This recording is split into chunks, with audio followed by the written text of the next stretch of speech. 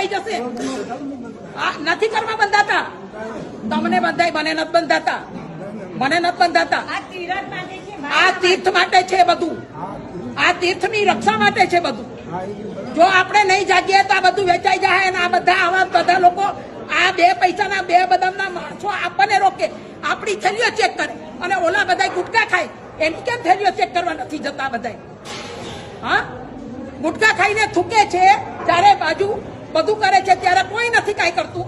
અને આપણે કાંઈ કરવું હોય, આપણું એક બચ્ચું બિચારું ચડતું હોય 6 મહિનાના બચ્ચાને 2 પગથિયા ચડાવતા હોય ને ફોટો કાઢે તો કે નહીં કાઢવાનો? હા, અને આવા તમે હરામી લોકોને તમે ઓટીટી આપો છો, એને તમે છૂટ આપો છો. કેમ કે 45 લાખ રૂપિયા લઈ લીધા છે, એના ખાલી ફોટા પાડવાના 45 લાખ રૂપિયા લીધા છે આ લોકોએ. એટલે આ તો તમને બધું ખબર નથી બધાને. બાકી આ બધા જે કરી રહ્યા છે એ બહુ ખરાબ કરી રહ્યા છે. હું તો કહું, બધા જૈનોને આહવાન કરો, બધા જૈનો અહીંયા આવો અને બધા જૈનો આવી આણંદજી કલ્યાણજીની પેઢી પર હલ્લા બોલ કરો અને બધાને નીચે ઉતારીને ઘર ભેગા કરી દો. આ એમના બાપનું તીર્થ નથી, આ અમારું પોતાનું તીર્થ છે. આ પોતાનું તીર્થ છે અમારું. આ માયા વર્ષિત છે એટલે આજે બ્યાસનું છે.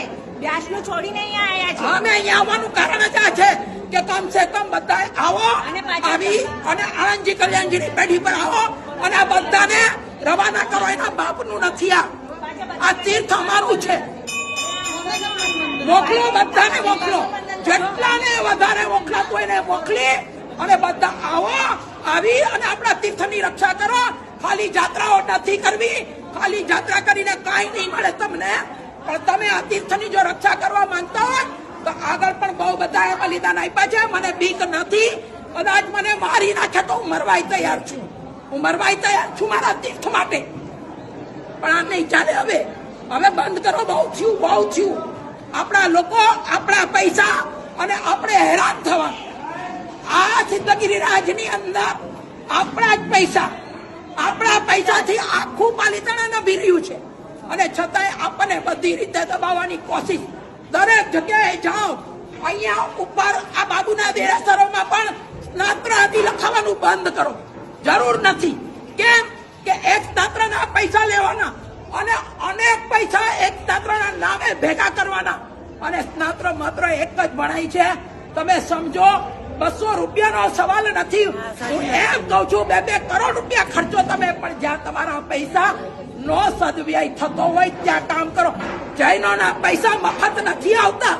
જૈનોના પૈસા મફત નથી આવતા. ભાઈ, તમે લોકો 18 પાપસ્થાનકોને સેવો છો, ત્યારે 1 રૂપિયો કમાવ છો. અને એ રૂપિયાનો જો આવો દુર્વ્યય થતો હોય તો તમે સમજો, તમે જાગો. તમે નહીં જાગો, તમને એમ લાગે કે અમને તો લાભ મળ્યો. શું લાભ મળ્યો તમને? હા, શું લાભ મળ્યો? અને વ્યક્તિગતો બક્ષિસ આપવાની બંધ કરો. વ્યક્તિગત બક્ષિસ આપવાની બંધ કરો. જરૂર નથી. એ લોકોને બધા જ કર્મચારીઓને બધાથી પગાર મળે છે. કોઈ મફત કામ નથી કરતું અહીંયા. હા, અને તમે લોકો આવું કરો છો ને, એના હિસાબે એ આપણા સાધુ સાધ્વીઓની તિખાળ કરે છે. એ આપણા સાધુ સાધ્વીઓની તિખાળ કરે. સમજો, તમારે બહુ જાગવાની જરૂરિયાત છે. તમારી પાસે માત્ર 15,000 સાધુ સાધ્વી ભગવતો વિદ્યમાન છે. જો તમે આ સંસ્થાને જીવંત રાખવા માંગતા હો તો કમસે કમ આ બધું બંધ કરશો ને, તો જ આ બધું બંધ થશે. ને તો નહીં થાય, નહીં થાય, નહીં થાય. મારું આ એક હૃદય દુખે છે. આ તીર્થ અને આ પ્રભુનું શાસન અમને જે મળ્યું છે, આ ઓઘો તમે જે અમને વફાદારીથી આપ્યો છે. કારણ કે આપવાવાળા કોણ છો? તમે છો. ચતુર્વિધ શ્રી સંઘે અમને ઓઘો આપ્યો છે. તો આ એક ઓઘાની પણ વફાદારી છે. આ એક ઓઘાની વફાદારીના લીધે હું બોલી રહી છું.